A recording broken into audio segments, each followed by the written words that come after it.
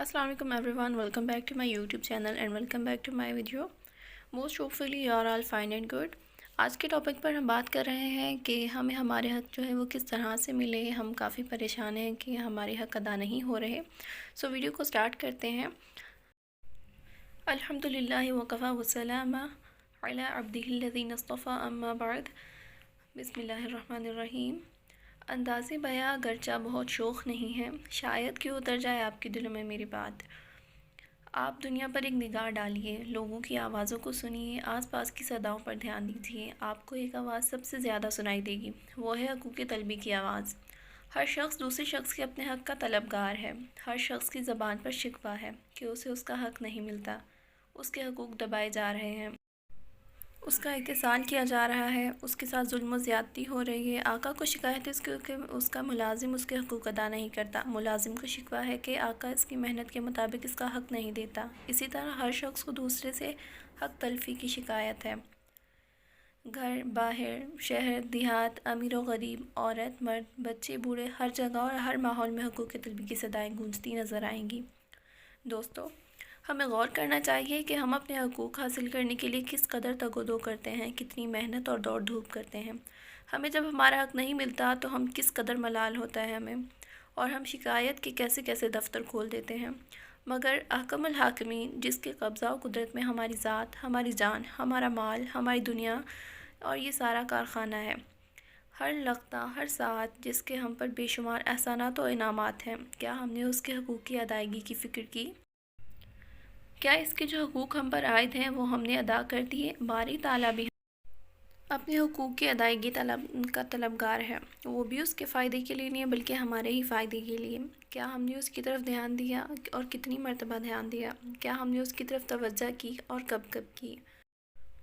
اگر ہم اللہ کے حقوق کو ادا کرنے والے نہ بنیں گے تو کیا اللہ ہم سے خوش رہے گا؟ کیا اس کی رضامندی ہمیں حاصل ہوگی؟ بالکل نہیں. کیا اللہ کے حقوق تلف کرنے کے بعد ہم اللہ کے غیظ و غضب اور اس کی زبردست پکڑ سے بچ سکیں گے؟ نہیں، ہرگز نہیں.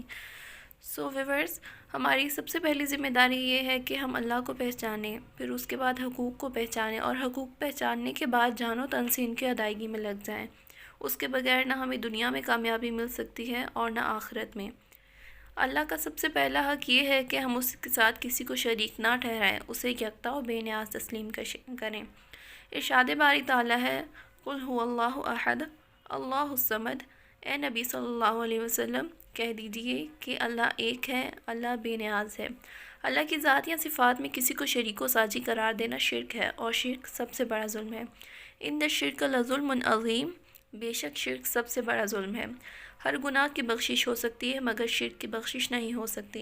ارشاد ربانی ہے، ان اللہ یغفر ان یشرک بہ ویغفر ما دون ذلک لمن یشاء ومن یشرک باللہ فقد افتری اثما عظیما. بے شک اللہ نہیں بخشے گا اس بات کو کہ اس کے ساتھ شریک ٹھہرایا جائے، اور بخش دے گا اس کے علاوہ جو چاہے گا، اور اللہ کے ساتھ شریک ٹھہرائے اس نے بہت بڑے گناہ کا افتراء کیا. جس طرح اللہ کا ہم پر حق ہے ہم اس کی ذات کو ایک مانیں، اس کے ساتھ کسی اور کو خدائی میں شریک نہ کریں، اسی طرح ہم پر یہ بھی ضروری ہے کہ اس کی صفات میں بھی کسی کو شریک نہ جانیں. جس طرح اللہ تعالیٰ کو دور و نزدیک کی خبر ہے، ہر کھلی اور چھپی چیز کا علم ہے، کسی اور کے متعلق ہمارا یہ عقیدہ نہ ہو. جس طرح اللہ تعالیٰ کے قبضہ و تصرف میں یہ ساری کائنات اور اس کا نظام ہے، وہ اس میں جیسے چاہتا ہے بناتا ہے اور بگاڑتا ہے. کسی اور کے اندر یہ قدرت و طاقت نہیں ہے. اسی طرح اللہ تعالیٰ کا ہم پر یہ بھی حق ہے کہ ہم اس کی عبادت و اطاعت کریں، اس کے حکموں کے آگے سر جھکا دیں. اس نے اپنے نبی آخری الزمان صلی اللہ علیہ وسلم کے ذریعے جو دین اسلام بھیجا ہے، ہم اس کے مطابق اپنی زندگی گزاریں، اور اللہ کی عبادت اس طرح کریں گویا ہم اسے دیکھ رہے ہیں، اگرچہ ہم اپنی ظاہری آنکھوں سے خدا کو نہیں دیکھ سکتے، مگر اس میں کیا شک و شبہ کہ خدا ہمیں ہر وقت دیکھ رہا ہے. ہماری ہر حرکت و سکون اس کی نگاہ میں ہے، ہمارا ہر قدم اس کے ارادہ و مشیت کا مرہون منت ہے. حضور اقدس صلی اللہ علیہ وسلم نے ارشاد فرماتے ہیں، ان تعبدوا اللہ کأنک تراہ فإن لم تکن تراہ فإنہ یراک. صحیح بخاری کی یہ حدیث ہے. اللہ کی عبادت اس طرح کرو گویا کہ تم اسے دیکھ رہے ہو، پس اگر تم اسے نہیں دیکھتے تو بے شک اللہ تعالیٰ تم کو دیکھ ہی رہا ہے. محترم، اللہ کا ہم پر حق ہے کہ ہم اس کی عبادت و پرستش کریں اور اس کی عبادت و پرستش میں کسی کو شریک نہ کریں۔ اگر ہم نے ایسا نہ کیا تو ہم اللہ کا حق ادا کرنے والے نہ بنیں گے بلکہ حق مارنے والے بن جائیں گے، اور حق مارنے کا جو خوفناک انجام ہوگا وہ کون نہیں جانتا۔ اللہ تعالیٰ کا ہم پر حق ہے کہ ہم سر اسی کے آگے جھکائیں، کسی اور کے آگے نہیں، سجدہ اسی کی ذات کو کریں، کسی قبر کو نہیں، طواف اسی گھر خانہ کعبہ کا کریں، کسی کے مزار کا نہیں، نظر اور قربانی اسی کے نام کی ہو، کسی پیر اور فقیر کے لیے نہیں۔ حقیقی وحدانیت اور سچی حقوق اللہ کی ادائیگی اسی وقت ممکن ہے کہ جب ہم یہ ساری چیزیں صرف اور صرف اللہ کی ذات کے ساتھ مخصوص سمجھیں، کسی اور کو خواہ و خدا کا کتنا ہی مقرب کیوں نہ رہا ہو اس کا اہل نہ سمجھیں۔ سوچئے کتنی ناسمجھی اور نادانی کی بات ہے کہ ہمارے کچھ مسلمان بھائی بزرگوں کی قبروں کے ساتھ وہ سلوک کرتے ہیں جو خدا کے ساتھ مخصوص ہے، مزارات کو چومنا، ان کا طواف کرنا، مزارات کو سجدہ کرنا، ان پر منتیں ماننا، چادروں گاگر اور اسی طرح کی بہت سی خرافات میں مبتلا ہیں۔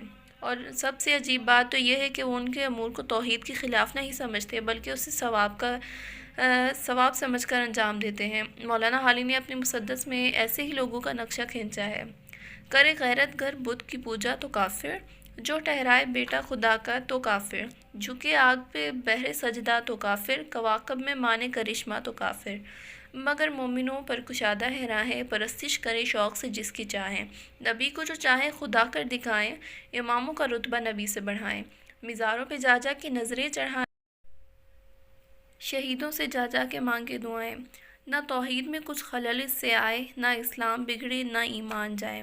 تو یہ حال ہے آج عالم میں، یہ ہے کہ آپ کسی بھی درگاہ یا مزار شریف پر جا کر دیکھ لیجئے، وہاں مزار پر جو رونق نظر آئے گی، مزار پر جو سج دج نظر آئے گی، وہ اسی کے پاس مسجد کو حاصل نہ ہوگی۔ عرس کے موقع پر زائرین کے ہجوم کی وجہ سے راستہ چلنا دشوار ہوگا، کندھے سے کندھا چھل رہا ہوگا، مگر وہیں نماز کے وقت مسجد ویران و سنسان نظر آئے گی۔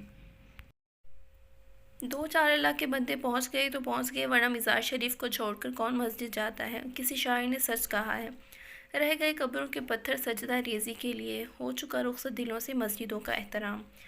ویورز، ہمیں اپنے اعمال کا جائزہ لینا چاہیے اور سوچنا چاہیے کہ ہم اپنے حقوق کا مطالبہ کرنے کے لیے ہر وقت تیار رہتے ہیں، مگر اللہ کا بھی حق ادا کر رہے ہیں یا نہیں، جبکہ اللہ تعالیٰ کے احسانات و انعامات کا تقاضا یہ ہے کہ ہم اس کے حقوق کو سب سے پہلے اور سب سے زیادہ ادا کریں۔ اللہ ہم سب کو توفیق عطا فرمائے، آمین۔ ہو جس میں عبادت کا دھوکہ مخلوق کی وہ تعظیم نہ کر، ہو جس میں عبادت کا دھوکہ مخلوق کی وہ تعظیم نہ کر، جو خاص خدا کا حصہ ہے وہ بندوں میں اسے تقسیم نہ کر، وما علینا الا البلاغ۔ موسٹ ہوپفلی آپ کو ویڈیو پسند آئی ہوگی، اور اگر آپ کو ویڈیو پسند آئی تو پلیز ویڈیو کو لائک کر دیں، مزید ویڈیوز کے لیے چینل کو سبسکرائب کر دیں۔ ملتے ہیں اگلی ویڈیو میں، تب تک کے لیے اپنا بہت سارا خیال رکھیں، دعا میں یاد رکھیں۔ Thank you so much for watching this video. اللہ حافظ۔